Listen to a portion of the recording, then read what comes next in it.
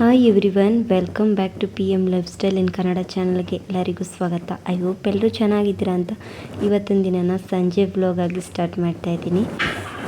ಇವತ್ತು ನಮ್ಮ ಯಜಮಾನ್ರು ಸಂಜೆ ಬರಬೇಕಾದ್ರೇ ಸೊಪ್ಪನ್ನ ತೊಗೊಂಡು ಬಂದಿದ್ರು.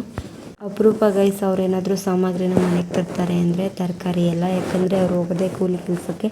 ಅವ್ರು ಬರೋದೇ ಮಾರ್ನಿಂಗ್ ಹೋಗೋದೇ ಬೇಗ ಹೋಗ್ತಾರೆ, ಸಂಜೆ ಬರೋ ಅಷ್ಟರಲ್ಲಿ ನೈಟ್ ಆಗೇ ಹೋಗಿರುತ್ತೆ. ಅದರಿಂದ ನಾನು ಕೂಡ ಜಾಸ್ತಿ ಅದು ತೊಗೊಂಡು ಬನ್ನಿ ಇದು ತೊಗೊಂಡು ಬನ್ನಿ ಅಂತ ಏನು ಹೇಳೋಕ್ಕೆ ಹೋಗಲ್ಲ, ಯಾಕಂದರೆ ಅವ್ರದ್ದೇ ಆದಂತಹ ಟೈಮಿಂಗ್ಸ್ಗಳಿರುತ್ತೆ ಕೆಲಸಕ್ಕೆ ಹೋಗೋಕ್ಕೆ. ನಾವು ಕೂಡ ತೊಂದರೆ ಕೊಡಲಿಕ್ಕೆ ಇಷ್ಟಪಡಲ್ಲ. ಅವರೇನಾದರೂ ಫ್ರೀ ಇದ್ದೀನಿ ಅಂತಂದರೆ ಅವರೇ ಕೂಡ ಕೇಳ್ಬಿಟ್ಟು ತಗೊಂಡು ಬಂದು ಕೊಡ್ತಾರೆ.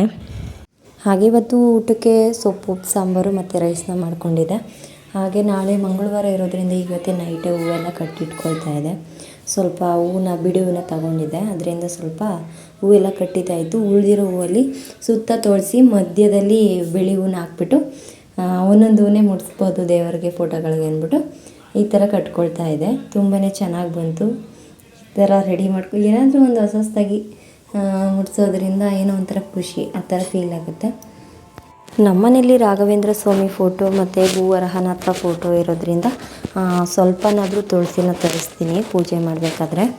ಕೆಲವೊಂದು ಟೈಮು ಹೂವು ಇಲ್ಲದೇ ಪೂಜೆ ಮಾಡಿದ್ರೆ ಏನೋ ಪೂಜೆ ಪೂರ್ತಿ ಆಗೋಲ್ಲ ಅನ್ನೋ ಥರ ನನಗನ್ಸುತ್ತೆ. ಹೂವು ಇದ್ದಾಗ ನಾನು ಅಚ್ಚುಕಟ್ಟಾಗಿ ಪೂಜೆ ಮಾಡಬೇಕು ಅನ್ನೋ ಥರ ಫೀಲ್ ಆಗುತ್ತೆ ಗೈಸ್. ಆದಷ್ಟು ದೇವಗಳಿಗೆ ಸುಗಂಧ ಭರಿತ ಹೂಗಳನ್ನ ಹಾಕೋದ್ರಿಂದ ತುಂಬಾ ಒಳ್ಳೆಯದಾಗುತ್ತೆ. ಲಕ್ಷ್ಮೀ ದೇವಿಗೆ ಕೆಂಪು ಹೂವನ್ನ ಅರ್ಪಿಸೋದ್ರಿಂದ ಕೂಡ ಬಟನ್ ಗುಲಾಬಿ ಆಗಿರ್ಬೋದು, ದಾಸವಾಳ ಹೂವು, ಈ ಥರ ಹೂಗಳನ್ನ ಅರ್ಪಿಸೋದ್ರಿಂದ ತುಂಬಾ ಒಳ್ಳೆಯದಾಗ್ತಾ ಹೋಗುತ್ತೆ. ನಾವು ಯಾವುದೇ ಎಷ್ಟೇ ಹೂವು ಇಟ್ಟು ಪೂಜೆ ಮಾಡಿದ್ರೂ ಕೂಡ ನಮ್ಗೆ ಒಳಿತಾಗ್ತಿಲ್ಲ ಅಂತ ಹೇಳ್ತಾರೆ ಕೆಲವರು. ಯಾಕಂದರೆ ತಾಳ್ಮೆ ಅನ್ನೋದು ತುಂಬಾ ಮುಖ್ಯ. ಯಾವತ್ತಿದ್ರೂ ಒಳ್ಳೆಯವ್ರಿಗೆ ಆಗ್ತಾನೇ ಇರುತ್ತೆ. ಜೀವನ ಅನ್ನೋದು ನಮಗೆ ತುಂಬಾ ಕಲಿಸ್ತಾ ಹೋಗುತ್ತೆ ಗೈಸ್. ಕಲಿತಷ್ಟು ಅದು ಮುಗಿತಾನೇ ಇಲ್ವೇನೋ ಜೀವನದಲ್ಲಿ ಅನ್ನೋ ಥರ ಅನಿಸುತ್ತೆ. ಆದರೆ ತಾಳ್ಮೆಯಿಂದ ಕಾಯಬೇಕು. Thank you for watching. ಸಿಗುವ ಮುಂದಿನ ವಿಡಿಯೋದಲ್ಲಿ.